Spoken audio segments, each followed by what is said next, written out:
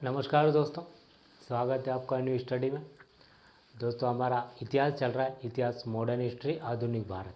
ठीक है दोस्तों, तो आज हम पढ़ने वाले हैं राष्ट्रवाद का उदय। हम पढ़ चुके हैं जब से 1885 में भारतीय राष्ट्रीय कांग्रेस की स्थापना होती है। हर वर्ष अधिवेशन होने लगते और यहाँ से चेतना बढ़ने लगती है लोगों में और वह आज़ादी के लिए मांग करने लगते हैं। तो यहाँ से दोस्तों दो दल बनते हैं, एक तो नरम दल और एक गरम दल। जो नरम दल था वो प्रशासनिक बदलाव चाहता था, स्वास्थ्य में, शिक्षा में, जो दूसरी अदर नौकरियां हैं जो कि अंग्रेजी सरकार के जो अंडर में आती है, उन सब में वो अच्छी प्रशासनिक बदलाव चाहता है पूरे देश में। और जो गरम पंथ था, जिसमें तिलक, लाला लाजपत राय, विपिन चंद्र पाल, अरविंद घोष जैसे व्यक्ति थे, वो पूरी अंग्रेज सरकार को यहाँ से उखाड़ कर फेंकना चाहते थे। ठीक है दोस्तों, तो ये दोनों में अलग मेजर डिफरेंस आता है। दोस्तों हम जो देखेंगे वो पहले हमने नरम पंथ का जो देखा चरण, अब द्वितीय चरण देखेंगे। और द्वितीय चरण में हम क्या करेंगे, द्वितीय चरण जो रहेगा वो हमारा सेकंड, वो रहेगा 1905 से 1919 तक। कहीं कहीं 1917 भी लिखा रहता है दोस्तों, लेकिन ये फिक्स नहीं है, सिर्फ पढ़ने के लिए पार्ट बनाए गए हैं। ठीक है, तो देखिए द्वितीय चरण हमको देखना है। यहाँ से गरम पंथ का क्या है कि अलग से यहाँ से अलग एक्स्ट्रा वो जोर लगाने लगते हैं और यहाँ से उनका प्रभाव बढ़ने लगता है, जो 1919 तक रहता है। दोस्तों इस समय भी वायसराय रहते हैं, तो इसमें भी हम वायसराय के कार्य को देखेंगे। ठीक है, कि कौन कौन से वायसराय उस समय क्या क्या एक्टिविटी हुई। फिर हर वर्ष कांग्रेस के अधिवेशन भी होते हैं। ठीक है, और महत्वपूर्ण घटनाएं क्या क्या होती है। ठीक है दोस्तों, ये करने के बाद इसके बाद में हम इनके अलग अलग कर देंगे। मैं अलग अलग कर दूंगा चरण, जैसे कि 3 चरण होने के बाद प्रथम, सेकंड और थर्ड जो गांधी युग आएगा, उसके बाद में हम इनको वायसराय के कार्य, कांग्रेस का अधिवेशन और महत्वपूर्ण घटना, इन तीनों के अलग अलग चैप्टर भी बना देंगे ताकि आपको समझने में आसानी हो। दोस्तों ये तीनों को एक करके ये 3 चरण होते हैं। ठीक है, तो देखिए 1905 में बंगाल विभाजन हुआ था। ठीक है, उस समय करजन का कार्यकाल खत्म हो गया, तो आया था मिंटो, लॉर्ड मिंटो। और उस समय अगर देखें तो मार्ले जो था सचिव था, 1858 से एक सचिव का पद आ चुका था, मैंने बताया। तो मार्ले जो था वो सचिव था और मिंटो था वो वायसराय था। तो 1909 में मार्ले मिंटो सुधार अधिनियम आता है। उसके पहले दोस्तों बंगाली विभाजन हुआ, तो जो कि मैंने बताया, जो कि पिछले वीडियो मैं रिक्वेस्ट करूंगा अगर आप नहीं देखा है तो पहले वो वीडियो देखिए। प्रथम चरण ये राष्ट्र आंदोलन का, ये फिर दूसरा चरण है वो फर्स्ट देखिए तो आपको अच्छे समझ में आएगा। यहाँ पर बंगाल का विभाजन 20 जुलाई घोषणा होती है, 16 अक्टूबर को बंगाल का विभाजन कर दिया जाता है। इधर जो पूर्वी वर्तमान में जो बांग्लादेश है वो पूर्व बंगाल हो जाता है और ये पश्चिम बंगाल हो जाता है। देखिए दोस्तों, अगर हम यहाँ से देखिए तो बंगाल कहाँ आ रहा है, बंगाल तो पूर्व में आ रहा है, लेकिन इसका नाम क्या पड़ता है, पश्चिम बंगाल। हम बोलते हैं ना पश्चिम बंगाल, तो ये पश्चिम बंगाल दोस्तों इसके हिसाब से बोलते हैं, क्योंकि जो वर्तमान का जो बांग्लादेश है, जो 1971 में पहले पूर्व पाकिस्तान हुआ करता था, पाकिस्तान ये, लेकिन 71 में फिर इसको एक देश का दर्जा दिया जाता है, जो वर्तमान में हम बांग्लादेश देखते हैं। तो इसको पूर्व बंगाल बोला जाता था और इसको पश्चिम बंगाल। तो ये पूर्व बंगाल एक देश बन गया और पश्चिम बंगाल जो कि भारत का एक राज्य है। ठीक है, तो देखिए दोस्तों ये बंगाल की विभाजन हो जाता है हिंदू मुस्लिम के आधार पर। वो अंग्रेज कर देते हैं और नाम देते हैं कि हम इसको क्या करें, संभाल नहीं पा रहे, इसलिए हमने इसका बदलाव कर इस चीज़ को तोड़ दिया है। 2 गवर्नर बैठेंगे, हमको संभालने में आसानी रहेगी। ठीक है दोस्तों, इसके विरोध स्वदेशी भंग आंदोलन होता है। वो आंदोलन क्या होता है, असफल हो जाता है, मतलब कि गरम दल नरम दल दोनों के बीच मतभेद हो जाता है। गरम दल वहीं इसको पूरे देश पर फैलाना चाहते थे, क्रांति की चिंगार इसको बनाना चाहते थे, वहीं नरम दल नहीं चाहते थे ऐसा कुछ भी, तो दोनों में मतभेद होता है। फिर 1906 का जो अधिवेशन होता है कोलकाता में दादा भाई नेहरू की अध्यक्षता में, यहाँ पर क्या होता है कि जो नरम दल के हैं वो चाहते थे कि गरम दल का एक भी व्यक्ति कांग्रेस का अध्यक्ष नहीं होना चाहिए, अगर हो गया तो फिर वो निर्णय ऐसे लेगा जो क्या होगा, देश के हित में नहीं होंगे। और मैं गरम दल के नेता चाहते थे कि हमारे व्यक्ति वहाँ पहुँचना चाहिए, दोनों में मतभेद हो जाते, खासकर तिलक। तो क्या होता है कि 1906 में अध्यक्ष पद के लिए गरम दल के व्यक्ति भी लाला लाजपत राय, बाल गंगाधर तिलक लाला लाजपत राय को आगे करते हैं, और नरम दल के वो चाहते थे कि गरम दल का एक भी व्यक्ति सदस्य अध्यक्ष नहीं बनना चाहिए, तो दादा भाई नेहरू का नाम आगे करते थे।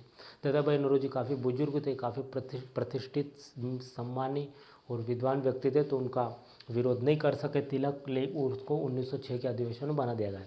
फिर 1907 का अधिवेशन होता है सूरत में। ठीक है दोस्तों, ये सूरत यहाँ पर आता है गुजरात में। तो यहाँ पर तिलक जो चाहते लाला लाजपत राय का नाम फिर आगे करते हैं।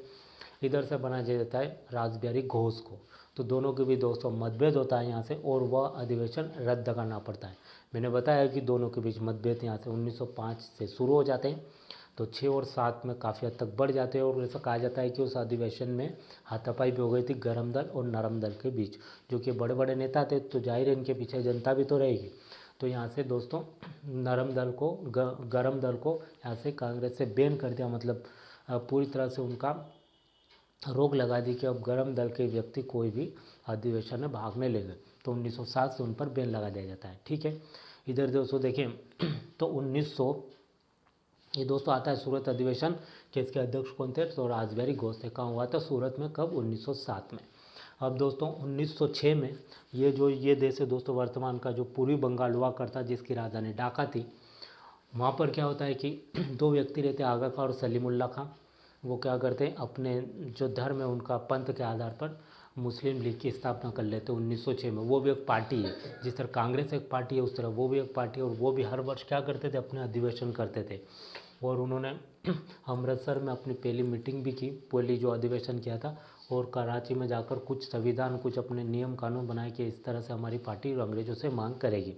ठीक है दोस्तों, उसके बाद में आगे बढ़े तो 1909 में मार्ले मिंटो सुधार अधिनियम आने वाला था।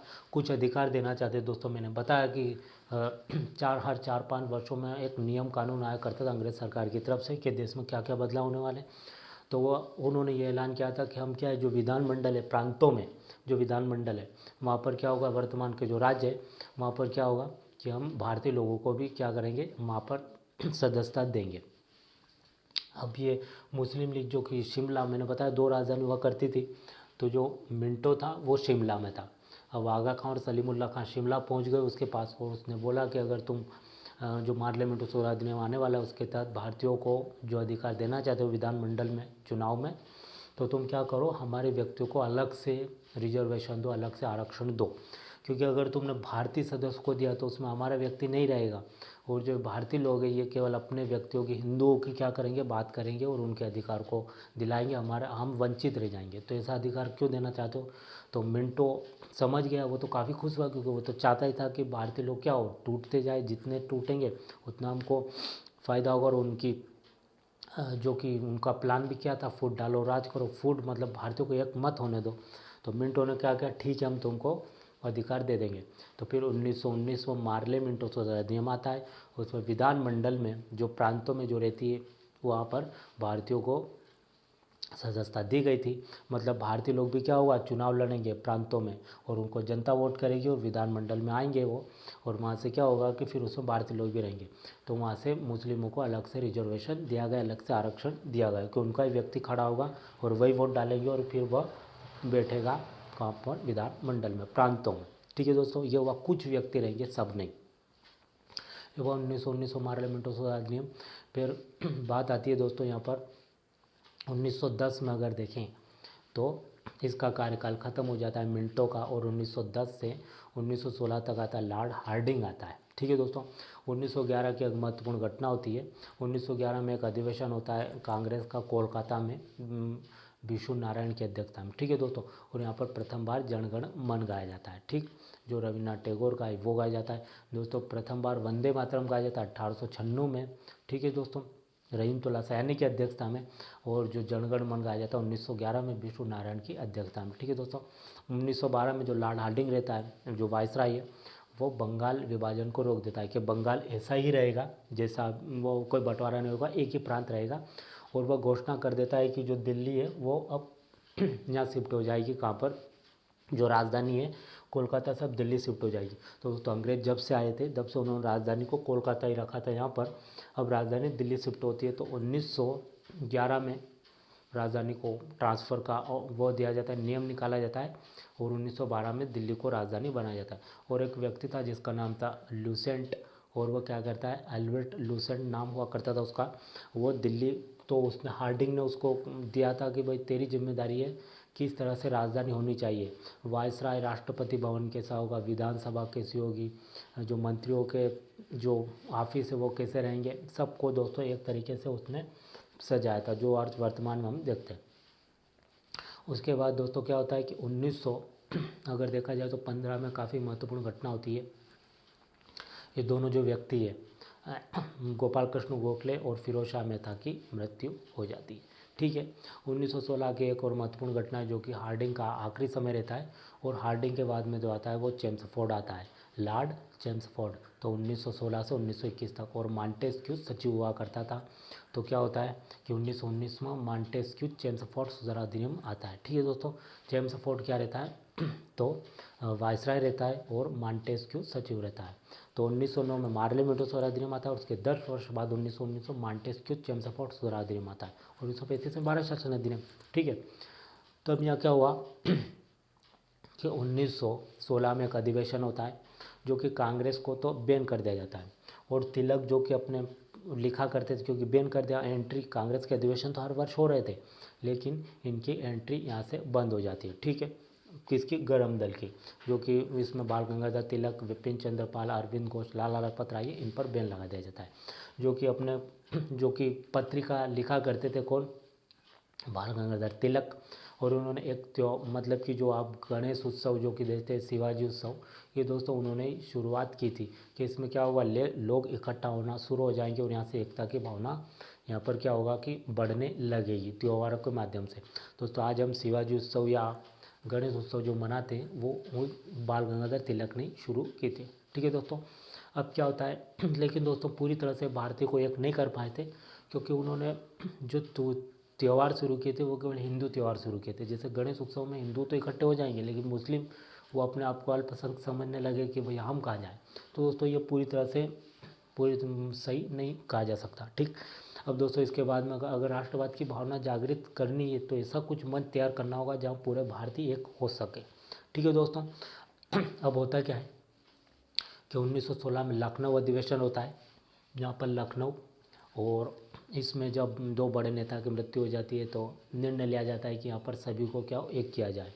दोस्तों काफ़ी चर्चित और काफ़ी विशेष अधिवेशन होता है यहाँ पर 1916 में राज बिहारी अंबिकाचरण मजूमदार की अध्यक्षता में, और यहाँ पर गरम दल की भी एंट्री हो जाती है। गरम दल को भी फिर से आने के लिए बोल दिया जाता है, और जो मुस्लिम लीग थी, मुस्लिम लीग को बोल दिया जाता है, जो कि 1906 से अलग हो चुकी थी, मुस्लिम लीग को बोल दिया जाता है कि तुम भी आ सकते हो।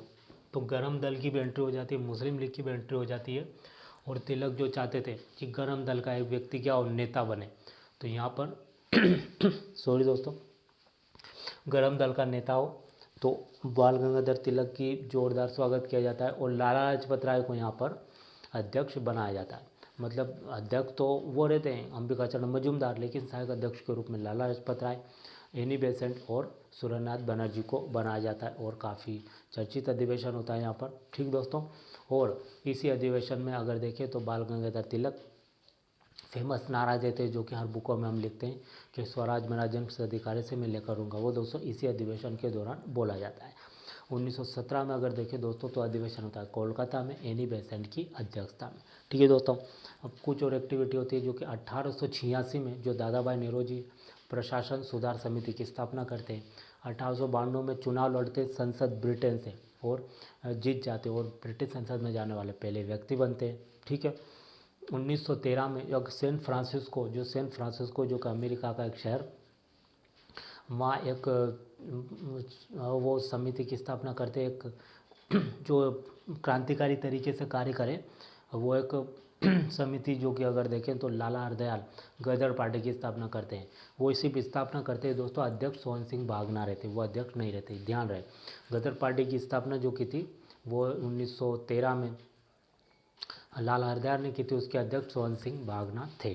ठीक है दोस्तों, 1916 से 1900 अगर देखें तो 21 तक लॉर्ड चेम्सफोर्ड रहता है, और अगर देखें तो मॉन्टेस्क्यू सचिव रहता है। ठीक, अब 1916 में एक घटना होती है, अगर देखें तो उसके समय 2-3 घटना काफ़ी महत्वपूर्ण है। चेम्सफोर्ड के समय 19 मार्च 1919 को रॉलेट एक्ट पारित किया जाता है। ऐसा एक्ट बनाया जाता है, ऐसा कठोर कानून कि ना तो कोई कार्रवाई होगी, ना उस पर मुकदमा चलेगा, सीधा जेल में डाल दिया जाएगा, सीधा दोषी करार। तो उसका काफ़ी विरोध होता है। अब 2 व्यक्ति जो रहते हैं, हालांकि रहते तो 3 हैं, एक व्यक्ति रहता है सैफुद्दीन किचलू, एक डॉक्टर सकपाल और एक और व्यक्ति है रासबिहारी बोस। ये घोष नहीं है दोस्तों, रासबिहारी बोस, ये जापान भाग जाते हैं। इन दोनों को पकड़ कर जेल में डाल दिया जाता है, उनको फांसी दे दी जाती है। ठीक है दोस्तों। तो इसके विरोध में क्या होता है कि 19 अप्रैल 1919 को बैसाखी के दिन ये अमृतसर दोस्तों अगर देखेंगे, पंजाब में अमृतसर शहर फेमस शहर जहाँ पर स्वर्ण मंदिर है, तो वहाँ पर एक सभा होती है जालियांवाला बाग। 13 अप्रैल 1919 को बैसाखी के दिन, गर्मी के दिन थे अप्रैल में। तो दोस्तों क्या होता है कि वहाँ लगभग 10,000 लोग इकट्ठा होते हैं और इसके विरोध में मीटिंग चल रही होती है कि अंग्रेज सरकार ने सही नहीं किया, ऐसी कुछ। तो वहाँ पर एक व्यक्ति थे सेना लेकर पहुँचते जिसका नाम था जनरल तो पद था दोस्तों, डायर उनका नाम था। ठीक है। तो वो सेना लेकर आता है और पहले बाग को घेर लेता है, जो कि आपने पढ़ा भी होगा, सुना भी होगा, और अंधाधुंध गोलियों की बौछार करना शुरू कर देता है और फिर वो वहाँ से बहुत सारे मर जाते हैं। तो इससे भारतीय लोगों में इसका काफ़ी ठेस पहुंचती है। हर भारतीय को महात्मा गांधी, जो कि इससे पहले इतने अंग्रेज़ों के खिलाफ नहीं थे, इसी घटना के आधार पर लेकर वो अंग्रेज़ों के बिल्कुल विरुद्ध हो जाते हैं और उनको जो केसरी हिंद की उपाधि दी थी वो भी लौटा देते हैं, और जो रविन्द्रनाथ टैगोर उनको सर की उपाधि दी थी वो भी लौटा देते हैं, और काफ़ी इसका विरोध होता है। तो चेम्सफोर्ड बोलते हैं कि ठीक है, हम इसका क्या करेंगे, इसका हम एक टीम बनाएंगे और यह घटना क्यों हुई, कैसे हुई और क्यों जाट ने मारा, इसके लिए। लेकिन उसको दोस्तों अंटर कमीशन बोला गया, क्योंकि वो अंग्रेजों ने उस अधिकारी को भेजा था सेना लेकर, और ये टीम बना रहे जांच करने के लिए, क्यों उसको दोषी बनाएंगे। दोस्तों जब वो ब्रिटेन में जाता है तो उसको परमवीर चक्र से सम्मानित किया जाता है, किसको, जनरल डायर को। लेकिन दोस्तों अगर देखें तो जो उधम सिंह है, उधम सिंह जाते हैं ब्रिटेन और उसकी चेम्सफोर्ड की हत्या कर देते हैं। ठीक है दोस्तों सॉरी दोस्तों, जनरल डायर की हत्या कर देते हैं। अब अगर देखें तो 1919 में मॉन्टेस्क्यू चेम्सफोर्ड सुधार अधिनियम आता है। इस अधिवेशन में क्या होता है कि यहाँ पर यह तय किया जाता है कि क्या होगा, अब एक और अधिनियम आएगा और प्रांतों में जो कि जितने भी है, एक तो दोस्तों रहेगा, एक तो विधानमंडल रहेगी। ठीक है दोस्तों, विधानमंडल, जो कि विधानमंडल वर्तमान में देखते हैं, और एक रहेगा वायसराय। ठीक दोस्तों, विधानमंडल भी रहेगी, वायसराय भी रहेगा। तो वायसराय तो अंग्रेज रहेगा और जितने भी भारतीय सदस्य रहेंगे वो विधानमंडल रहेंगे। और यहाँ पर क्या हुआ 1919 में पृथक, जो कि अलग से सिखों को रिजर्वेशन दिया गया है। 1909 में किसको दिया गया, मुस्लिमों को दिया गया, और 1919 में सिखों को रिजर्वेशन दिया जाता है। ठीक है दोस्तों, तो इसमें जितने भी सदस्य रहेंगे विधानमंडल में भारतीय रहेंगे, लेकिन जो उसका गवर्नर रहेगा, जो मुखिया रहेगा, जो वायसराय केंद्र या प्रांतों में, वो कौन रहेगा, अंग्रेज रहेगा। और अंग्रेज जो कि जो निम्न फौजदारी मामले, दीवानी मामले, जो खास जिससे अंग्रेजों को फ़ायदा हो वो मामले इसके पास रहेंगे। और शिक्षा, स्वास्थ्य, सुरक्षा और जो जितने भी है, जो कि जनता की जो समस्या है वो हल कौन करेंगे, तो विधानमंडल के सदस्य करेंगे।